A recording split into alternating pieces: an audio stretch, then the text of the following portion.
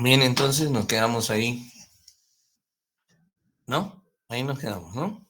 Esto ya hicimos, ¿cierto? Sí, doctor. Sí, doctor. Ok, nos quedamos ahí. Entonces, la hipertensión, si bien es cierto, se han determinado algunas mutaciones específicas, genéticas, que favorecen hipertensión arterial, la verdad es que la mayoría de los casos, el 95 a 98% de los casos, la enfermedad, la hipertensión arterial es una enfermedad poligénica, es decir, es una enfermedad en la que intervienen la interacción de diferentes genes, de numerosos genes, con el medio ambiente. Por otro lado, también se puede añadir que existen hipertensos con diferentes fenotipos, por ejemplo, aquellos que tienen obesidad, aquellos que tienen resistencia a la insulina, por poner un ejemplo. Sin embargo, en general se dice que la posibilidad de heredar hipertensión arterial varía más o menos entre el 30 a 40%. De todas maneras, existen personas que familiarmente o existen familias que desarrollan hipertensión arterial con mayor frecuencia que las otras. Cuando las personas desarrollan hipertensión arterial antes de los 55 años, esto ocurre en 3.8 veces más en personas con antecedentes de hipertensión arterial de tipo familiar, ¿no? También en la expresión de la enfermedad arterial influye mucho la epigenética. ¿Qué cosa es el epigenoma? El epigenoma no es sino la expresión de los genes, la cual se puede alterar por exposición al medio ambiente, sin que se altere el ADN. De manera que la epigenética también influye muchísimo en el desarrollo de hipertensión arterial. ¿Aló? ¿Qué tal, doctora? Qué gusto escucharla. ¿Cómo le va? Sí. No, por eso yo le pregunté. ¿Se acuerda que yo le pregunté y usted me dijo que me conecte por internet?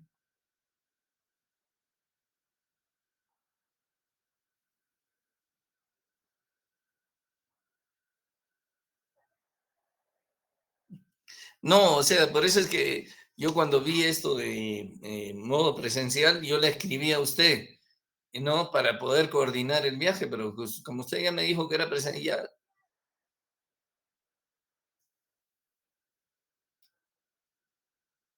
no, bueno, no, la verdad es que no importaba una u otra situación. Yo solamente preguntaba para hacer las coordinaciones. Ya hoy día lunes, ya ni hablar, ya resignado nomás para, ya no hay forma.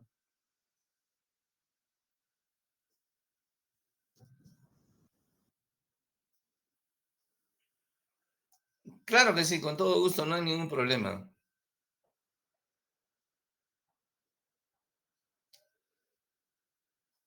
Ya, perfecto.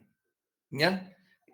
Me manda usted la plataforma junto con la propaganda y la propaganda ya me la mandó, yo la comparto. Listo, doctora, gusto de saludarla. Hasta luego, adiós. Adiós.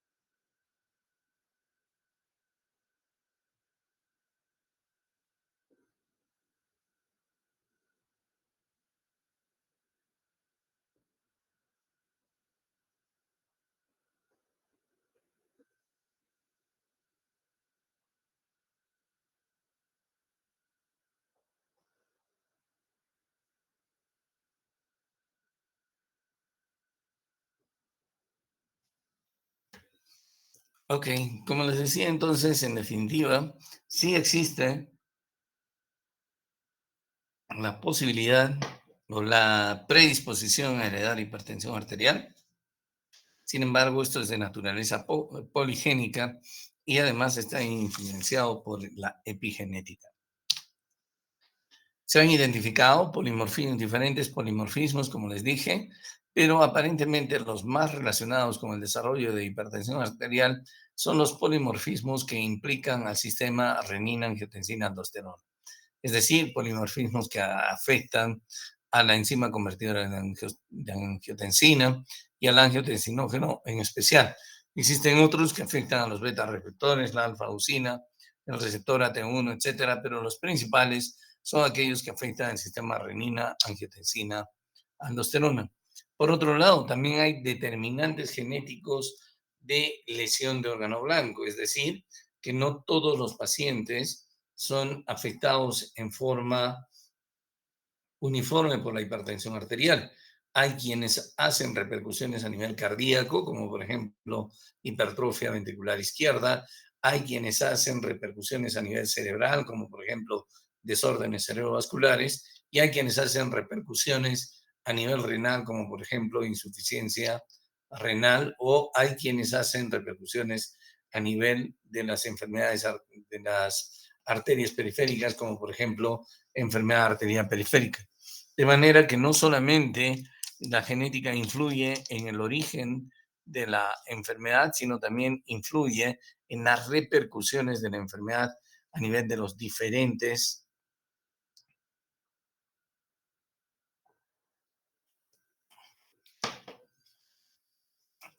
a nivel de los diferentes órganos blancos a los cuales ataca la hipertensión arterial.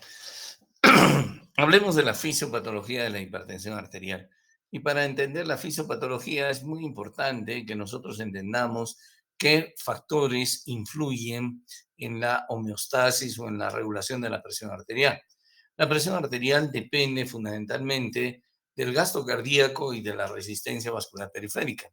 A su vez, el gasto cardíaco depende del volumen de eyección y de la frecuencia cardíaca. Y el volumen de eyección está en relación a las dimensiones del lecho vascular, las dimensiones del lecho extracelular a nivel vascular, y está en relación a la contractilidad miocárdica. La resistencia vascular periférica, a su vez, depende de cambios tanto estructurales como funcionales en los vasos sanguíneos. El volumen intravascular, por lo tanto, el volumen, porque acabamos de decir que el volumen de eyección depende de la magnitud de las dimensiones del lecho vascular y las dimensiones del lecho vascular están determinadas por el volumen intravascular.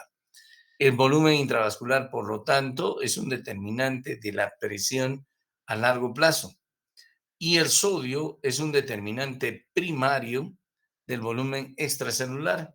Y el volumen extracelular está determinado fundamentalmente por el volumen intravascular. De manera que el sodio entonces es un determinante primario del volumen intravascular. El riñón es tanto es tanto un blanco de la hipertensión arterial, así como también el riñón es origen de hipertensión arterial. De hecho, la causa más frecuente de hipertensión arterial secundaria es la insuficiencia renal. La homeostasis, entonces, del volumen intravascular y por lo tanto la homeostasis del sodio se mantiene gracias a una función renal adecuada. Cuando la ingesta de sodio es mayor que la expresión, se produce una expansión del volumen intravascular y un aumento del gasto cardíaco. Esto, esto podría explicar, al menos inicialmente y solamente inicialmente, el aumento de la presión arterial en relación al aumento del gasto cardíaco. Con el tiempo, en los pacientes hipertensos, el gasto cardíaco regresa a lo normal y aumenta la resistencia vascular periférica. En realidad,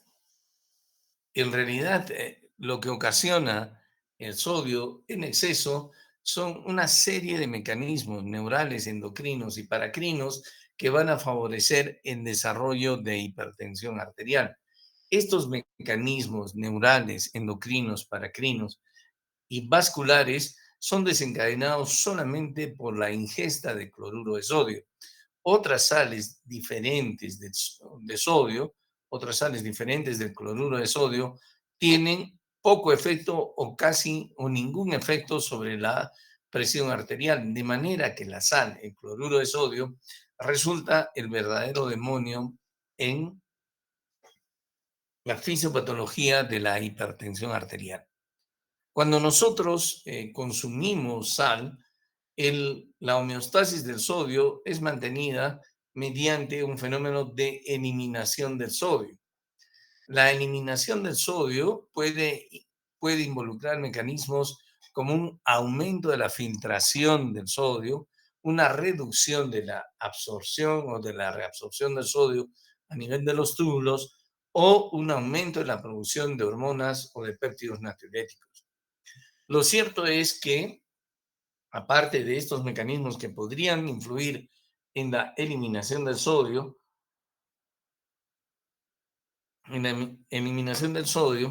el balance de sodio o la homeostasis del sodio se mantiene gracias a un aumento de la presión arterial. A mayor ingesta de sodio, mayor aumento de la presión arterial para favorecer una mayor eliminación de sodio. Y este mecanismo se conoce como presión natriuresis. Es decir, a mayor ingesta de sal, va a haber mayor presión con el objeto de mantener el balance de sodio dentro de lo normal. Y esto se conoce como mecanismo de presión natriuresis. Pueden influir en la eliminación del sodio un aumento de la presión de filtración, una disminución de la absorción de sodio y un aumento en la producción de hormonas natriuréticas, como acabamos de decir. En resumen, a mayor consumo de sal, mayor presión arterial mediante el mecanismo de presión natriuresis. La incapacidad de excretar sodio se ve en algunas enfermedades importantes, por ejemplo, en la enfermedad renal intrínseca, ¿no es cierto? En el aumento de la producción de mineralocorticoides y en el aumento de la actividad neural, sobre todo actividad nerviosa simpática sobre el riñón. En todas estas situaciones se necesita una mayor presión arterial para mantener el equilibrio o el balance de sodio dentro de lo normal. La insuficiencia renal crónica terminal o la insuficiencia renal, ahora está mal dicho decir crónica terminal, pero digamos, la insuficiencia renal en sus últimos estadios es el principal ejemplo de hipertensión arterial mediada por la retención de sodio. En la mayoría, en el 80% de estos pacientes, la presión arterial se puede controlar en forma adecuada con una diálisis adecuada que maneje también reiterativamente en forma adecuada los volúmenes. En otras palabras, la hipertensión arterial en los pacientes con insuficiencia renal en etapas terminales de su enfermedad es volumen dependiente y esto se puede manejar con una buena diálisis. Esto ocurre en el 80% de los pacientes. En el 20% de pacientes restantes con insuficiencia renal es aparentemente el sistema renina, angiotensina, aldosterona el que influye en la presión arterial y por lo tanto el el uso de drogas que bloqueen este sistema se vuelve importante en estos pacientes. Otro mecanismo que influye en el sistema, en la regulación de la presión arterial, es el sistema nervioso simpático. Es el sistema nervioso simpático, ¿no? El sistema nervioso simpático contribuye a la regulación de la presión arterial a corto plazo a través de reflejos neurológicos y a largo plazo a través de la secreción de catecolaminas, a través de aspectos neuronales, a través de aspectos hormonales y a través de aspectos relacionados con el volumen. Lo cierto es que el sistema nervioso autónomo actúa a través del sistema nervioso simpático y a través del sistema nervioso parasimpático. El sistema nervioso simpático a su vez actúa fundamentalmente a través de dos hormonas, la noradrenalina y la adrenalina, ¿no? Las cuales actúan a través de receptores. Se han determinado dos tipos de receptores para las catecolaminas, los receptores alfa y los receptores beta. La noradrenalina actúa preferencialmente sobre los receptores alfa. Y eso quiere decir eso, preferencialmente, porque también actúa sobre los receptores beta, aunque no en forma preferencial. Y lo inverso es cierto para la adrenalina. Es decir, la adrenalina o la epinefrina actúa fundamentalmente sobre los receptores beta y no tanto sobre los receptores alfa. A su vez, los estudios han determinado dos tipos de receptores alfa, los alfa 1 y los alfa 2, y dos tipos de receptores beta, los beta 1 y los beta 2. Existen además descritos una serie más de subtipos de receptores, pero para efectos pedagógicos, para efectos de entender la fisiopatología, solamente vamos a recordar a los receptores alfa 1 y alfa 2 y a los receptores beta 1 y beta 2. Los receptores alfa 1 se encuentran a nivel del músculo liso vascular y a nivel renal. Los receptores alfa 1 se encuentran a nivel del músculo liso vascular y a nivel renal. Y la unión de las catecolaminas a los receptores alfa 1 a nivel vascular ocasiona vasoconstricción y a nivel renal ocasiona retención de sodio. Retención de sodio. De manera que la hiperactividad del sistema nervioso simpático también ocasiona retención de sodio. Y a nivel del músculo liso vascular ocasiona vasoconstricción, mientras que los receptores alfa 2 se encuentran tanto a nivel del sistema nervioso central como a nivel periférico, a nivel de la membrana presináptica de la célula nerviosa postganglionar. Cuando se unen las catecolaminas a los receptores alfa 2, se produce un feedback negativo, favoreciendo la no liberación de catecolaminas, y favoreciendo la recaptación de las mismas del espacio intersináptico. Entonces, si yo estimulo los alfa 1, lo que produzco es vasoconstricción y retención de sodio. Y si yo estimulo los alfa 2, lo que produzco es disminución de la liberación de catecolaminas y recaptación de las mismas a nivel del espacio sináptico o intersináptico. Existen entonces drogas que bloquean a los receptores alfa 1 y drogas que estimulan o son alfa 2 agonistas, como por ejemplo la clonidina. Y los bloqueadores alfa 1 son, por ejemplo, la fentolamina, que es muy antigua, pero existe otra ahora que se utiliza en el adenoma de próstata y que nos puede bajar la presión muy rápidamente. No me acuerdo en este momento, pero ese efecto de estas drogas utilizadas en el prostatismo, en el adenoma de próstata, es un efecto transitorio que se pierde rápidamente. Por eso es que es muy raro que estos medicamentos, como la tamsulosina, se utilicen en forma crónica para el tratamiento de la hipertensión arterial. Para el tratamiento de la hipertensión arterial. Por otro lado están los receptores beta. Los receptores beta también existen beta 1 y beta 2. Los receptores beta 1 se encuentran fundamentalmente a nivel del músculo cardíaco.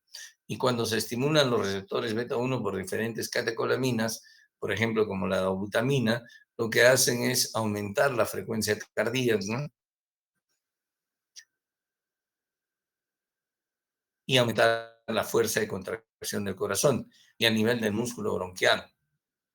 Por eso es que existen beta 2 agonistas, ¿no? Un antiguo es el salbutamol, por ejemplo, que produce broncodilatación.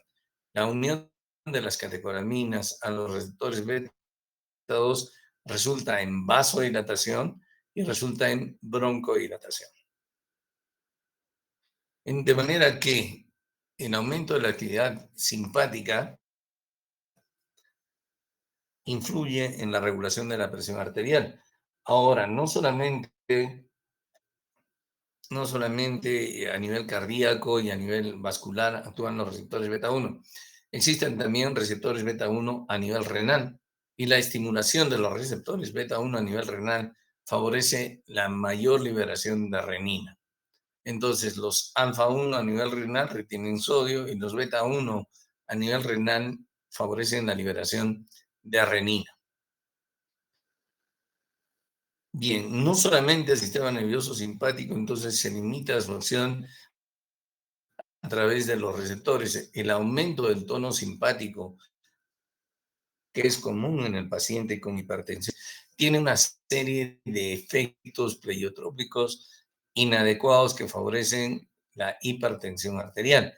Como por ejemplo, el aumento del tono simpático tiene efectos metabólicos aumentando la resistencia a la insulina, ¿no?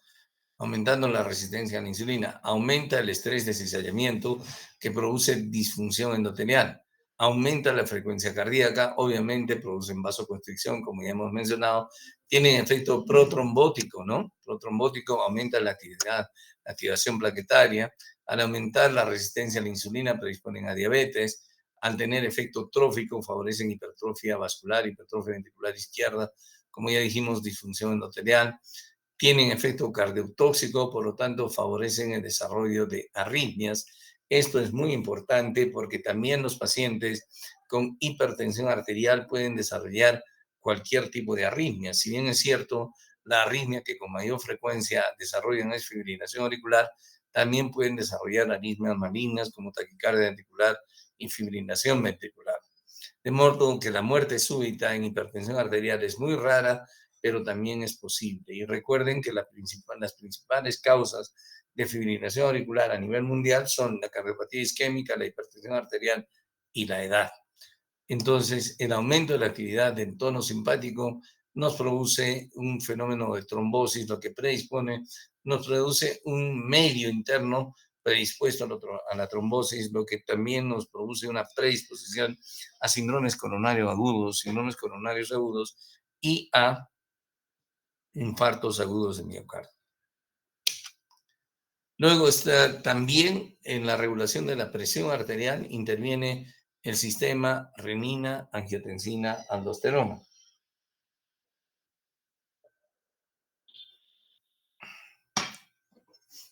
La renina, la renina es una aspartil proteasa, ¿cierto? Que se libera a nivel renal y la renina puede ser liberada directamente a la circulación como renina activa o también se puede liberar en forma inactiva como prorrenina y luego ser transformada en renina.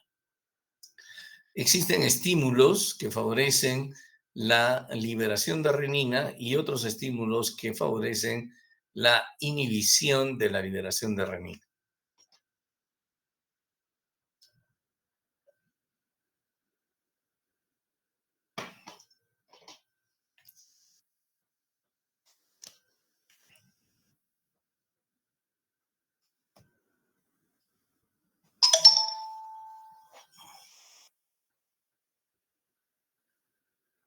La inhibición de la liberación de renina.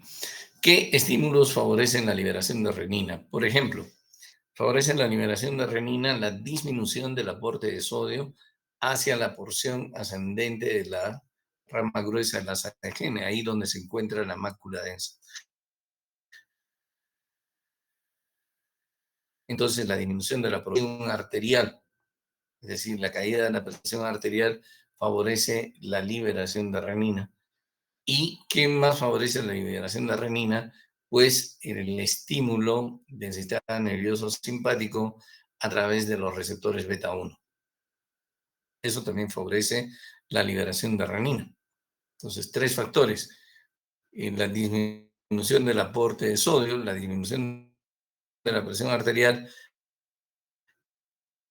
y el estímulo de los receptores beta 1 por parte de renina? Pues el aumento en el aporte de sodio, el aumento de la presión arterial, la inhibición de los receptores beta 1 a nivel renal o el bloqueo de los receptores beta 1 a nivel renal y la propia angiotensina 2 cuando aumenta en niveles a nivel sanguíneo inhibe la liberación de renina. Existiría un factor más. Lo cierto es que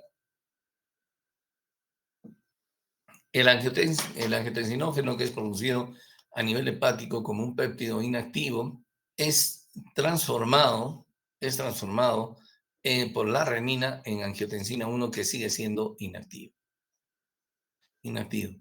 Esta angiotensina 1 preferencialmente a nivel de la circulación pulmonar, pero no exclusivamente a ese nivel, es transformada en angiotensina 2 por la ECA, por la enzima convertidora de angiotensina, que es una quininasa 2. Esta enzima convertidora de angiotensina es encargada de degradar otros péptidos, por ejemplo, con acción vasodilatadora, otros péptidos vasoactivos que tienen acción vasodilatadora, como la bradiquinina, que lo transformándolo en péptidos inactivos.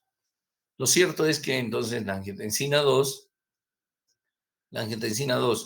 una vez activa, actúa a través de los receptores AT1 para producir vasoconstricción.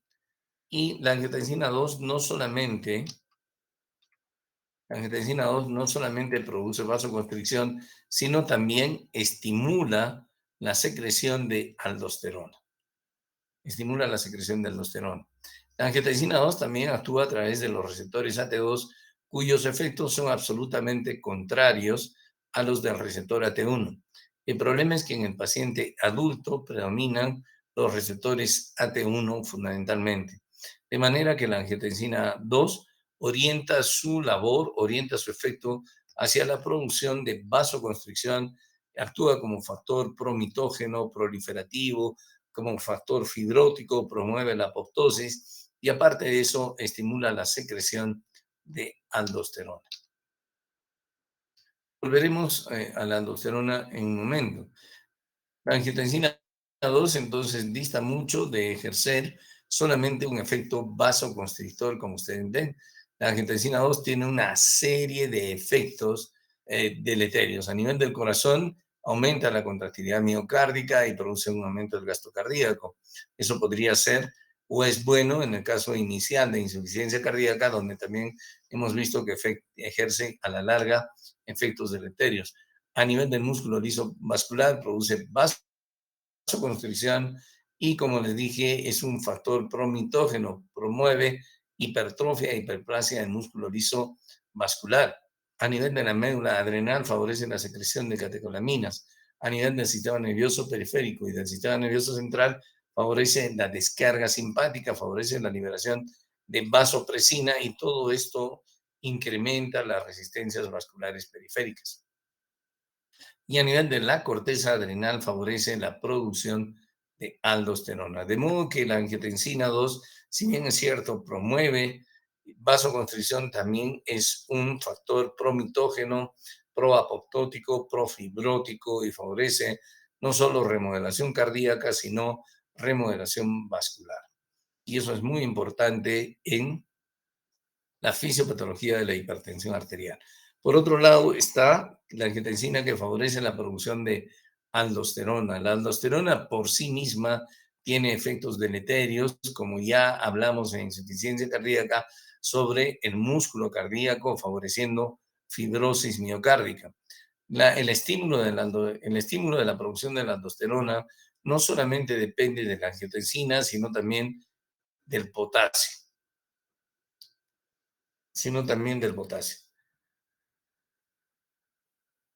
Cuando los niveles del potasio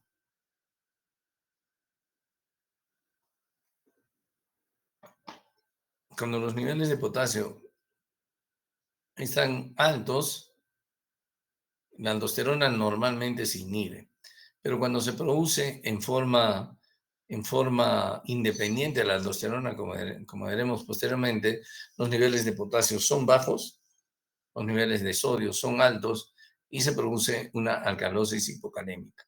La aldosterona tiene los mismos efectos a nivel del músculo liso vascular que a nivel del músculo cardíaco, es decir, favorece fibrosis del músculo liso vascular y remodelación de la pared vascular. Otros aspectos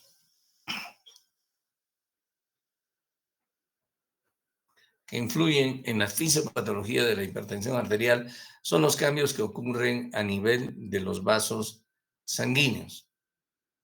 A nivel de los vasos sanguíneos.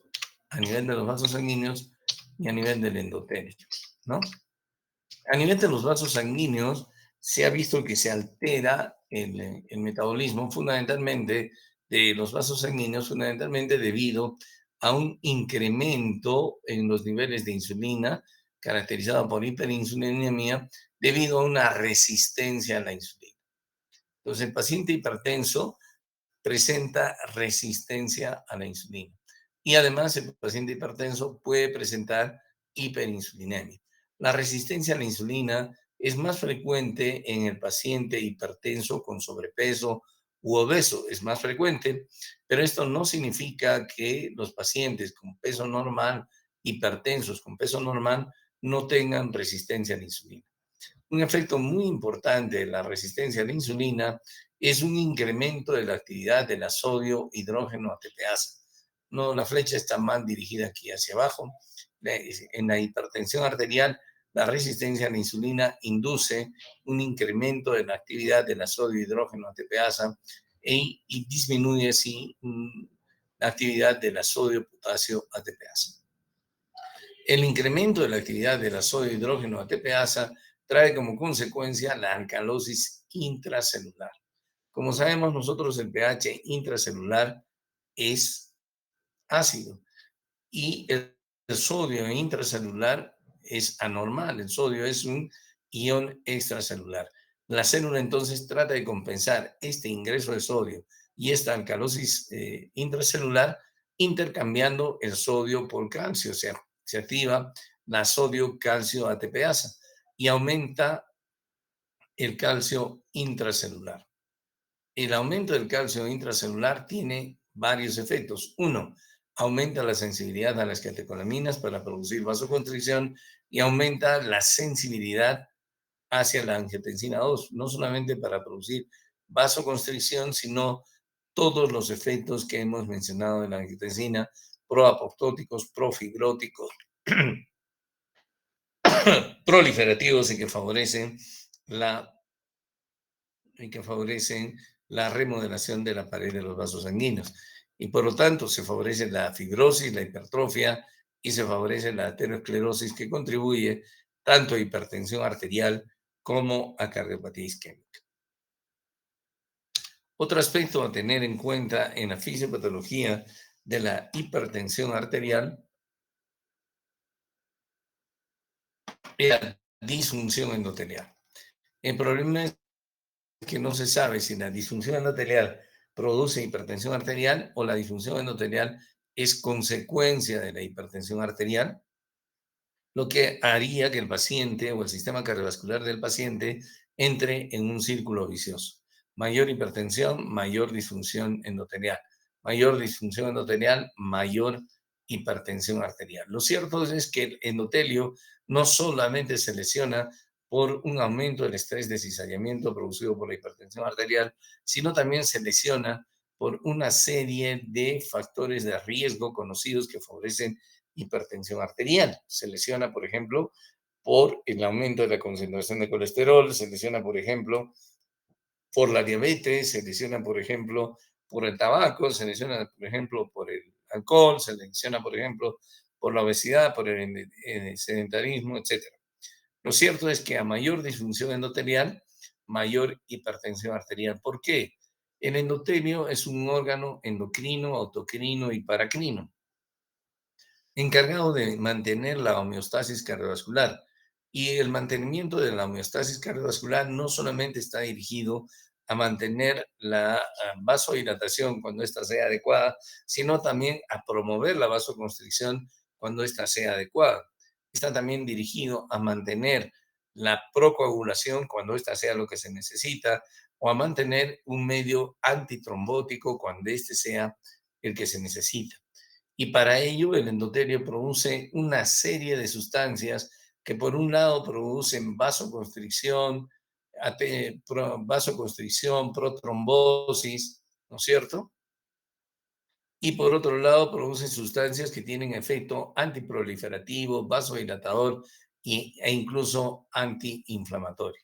El equilibrio entre la producción de estas sustancias vasoconstrictoras, profibróticas y protrombóticas, y por el otro lado, sustancias vasodilatadoras, antitrombóticas y antiinflamatorias, inclusive, mantiene la función adecuada del endotelio.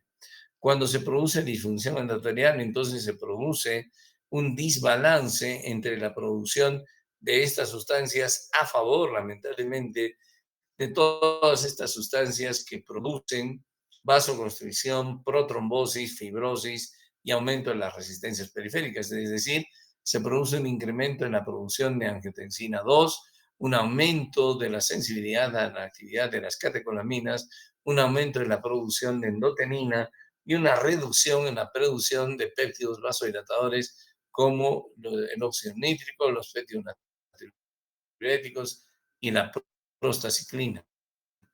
De esta manera, entonces, la balanza se inclina hacia el aumento de las resistencias vasculares periféricas, se inclina hacia la hipertrofia vascular y cardíaca, hacia la esclerosis y hacia la hiperplasia glomerular, y el paciente desarrolla hipertensión arterial. Entonces, la disfunción endotelial resulta en otro aspecto más, otro factor más que produce hipertensión arterial. Finalmente, es muy importante evaluar las alteraciones estructurales y funcionales de los vasos sanguíneos que favorecen hipertensión arterial, ¿no? Nosotros sabemos que las resistencias vasculares están directamente relacionadas con el radio de las arterias, especialmente de las arterias más pequeñas y de las arteriolas, elevado a la cuarta potencia. Esto en términos sencillos quiere decir que una reducción en la luz del vaso, puede incrementar notablemente la resistencia vascular periférica y por lo tanto puede incrementar la presión arterial. Ahora bien, esta reducción de la luz del vaso puede ser funcional, como ocurre cuando se produce vasoconstricción arterial y arteriolar, o puede ser anatómica. Y cuando esta reducción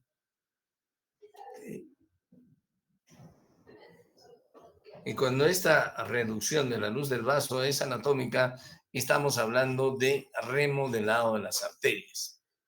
El remodelado de las arterias se refiere a cambios en la pared del vaso sin alterar su geometría, ¿no? Y el remodelado puede ser un remodelado hipertrófico o un remodelado eutrófico. El remodelado de las arterias afecta tanto a los vasos de resistencia, las pequeñas arterias y arteriolas, como a los vasos distensibles, como son las grandes arterias. El remodelado de las grandes arterias nos produce una hipertrofia celular, ¿no? Una hipertrofia celular y un aumento del colágeno, es decir, nos produce un remodelado eutrófico, sin alteración de la luz del vaso, pero tornando a las grandes arterias menos distensibles y más rígidas, mientras que el remodelado de las pequeñas arterias y arteriolas nos produce un aumento de la masa del músculo liso vascular y una reducción de la luz de las pequeñas arterias. De manera que el remodelado de las pequeñas arterias se caracteriza por una reducción de la luz y por vasoconstricción, mientras que el remodelado de las grandes arterias se caracteriza por una reducción de su distensibilidad y un aumento de la rigidez de las mismas. Ello trae como consecuencia que generalmente el remodelado de las pequeñas arterias correlacione con hipertensión arterial de tipo diastólico, mientras que el remodelado de las grandes arterias con relaciones fundamentalmente con una hipertensión arterial de tipo sistólico. Y esto se ve, se puede comprobar en la clínica, en la práctica diaria de la clínica, ya que, por ejemplo, las personas de edad avanzada, las cuales tienen una reducción de la distensibilidad de las grandes arterias, están predispuestas fundamentalmente a hipertensión arterial de tipo sistólico. Y de hecho, la hipertensión arterial de tipo sistólico es la principal causa de morbimortalidad a nivel mundial, ¿no? Y de esto estamos hablando. Entonces, este remodelado de tipo eutrófico sin reducción de la luz vascular se ve ocurre en las grandes arterias, produciendo una reducción de la distensibilidad. Una arteria poco distensible va a ser incapaz de acomodar un exceso de volumen y esto va a aumentar notablemente la presión. Mientras que una arteria distensible acomoda ese exceso de volumen y no permite la elevación de la presión arterial. La remodelación hipertrófica es propia de las pequeñas arterias y arteriolas que nos aumentan la resistencia vascular periférica. Esto se ve en la anatomía patológica, observen la luz de una arteria normal y en la misma arteria en un paciente hipertenso con gran hipertrofia de la pared y una reducción de la luz del vaso sin que se altere la geometría del mismo. Sin que se altere la geometría del mismo. Olvidaba además decirles en cuanto a las alteraciones que se producen a nivel del sistema nervioso simpático, les dije que el sistema nervioso simpático regula en forma crónica la presión arterial a través de fenómenos de factores hormonales, neuronales y de volumen que ya hemos mencionado, pero también mencioné que lo hace a partir de reflejos, ¿no es cierto? Lo hace a partir de reflejos. Entonces, estos reflejos son mediados por barroreceptores que se ubican especialmente en el callado órtico y a nivel del seno carotídeo. Cuando aumenta la presión arterial, estos barroreceptores captan ese aumento de la presión arterial y el mensaje al cerebro es una reducción en la liberación de catecolaminas para que la presión arterial baje. A la inversa, cuando cae la presión arterial, el mensaje de estos barroreceptores al sistema nervioso central es un aumento en la liberación de catecolaminas y sustancias vasoactivas, vasoconstrictoras, para que aumente la presión. Pues bien, ese tipo de reflejos nos permite mantener la presión arterial en forma constante, sobre todo cuando tenemos cambios posturales. Por ejemplo, cuando nos levantamos de la posición sentado bruscamente hacia la posición de pie, esos vasoreceptores nos mantienen la presión arterial en forma constante, de manera que no nos desmayemos o no nos caiga la presión y nos produzca mareos o desmayos, ¿no? En los pacientes hipertensos, el nivel al cual responden estos vasoreceptores están reubicados a niveles superiores.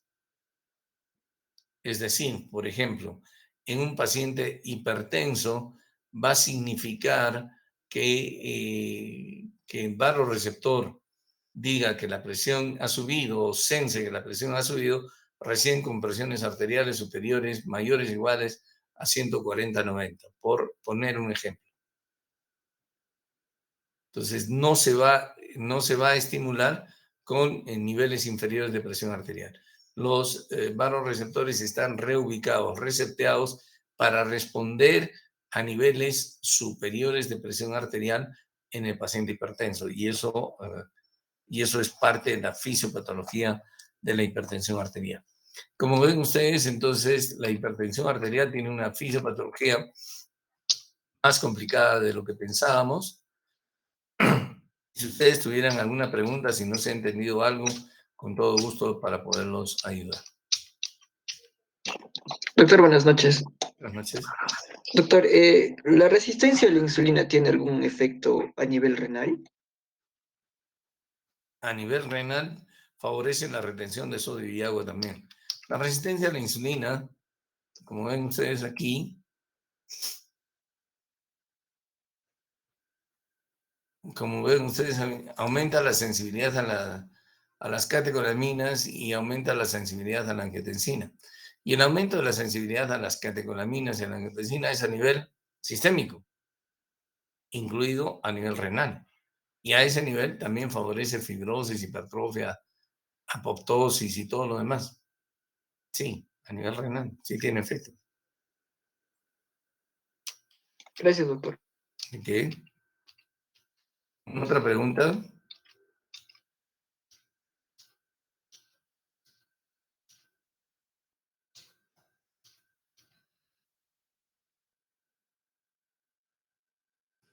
Ok, si no hay ninguna pregunta, entonces nos vemos el día de mañana. Doctor, disculpe, ¿Sí? en cuanto a la fecha del examen, varios compañeros me escribieron y el día viernes a mediodía varios tienen rotación y también clases. No sé Lo si siento, la doctora, fecha... ya quedamos. Ya dije cómo advertimos. sí, doctor, Ustedes son pero los que creíamos que iba escogen, a ser ustedes lo que a vemos. la Así hora que a de... mí no me dan aulas en otro sitio. sí, doctor, ese creíamos que iba a ser a la hora del curso, ¿Perdón? a las 6. Creíamos que el examen iba a ser el día viernes a las 6 de la tarde, porque más No. temprano La algunos respuesta es compañeros... no. ¿Ya? La respuesta es no. El examen es a mediodía. Y bueno, pueden ir los que quieran dar, ¿no? No tengo ningún inconveniente. Los que tienen ¿No otras podría ser cosas un ya. poco más tarde, doctor? ¿Perdón? ¿No podría ser un poco más tarde? Doctora, no sé si usted me entiende y espero que me estén escuchando los demás. La respuesta es no, porque además yo tengo que conseguir aulas. Usted tiene que conseguir aulas. Yo tengo otras cosas que hacer aparte de dictarles clases también. Yo no solamente vivo de esto. Así que, así como yo pongo de mi parte para ir un día que no me toca ir, yo creo que también ustedes tienen que poner de su parte. La cosa es Está recíproca, bien, doctor. ¿ya? Y ya lo dije, ya lo advertí, así que no me vengan con esas cosas. Y los que quieren van, pues, no tengo problema. Está bien, ¿Listo? doctor. Hasta luego. Hasta el día de mañana, doctor. Chao.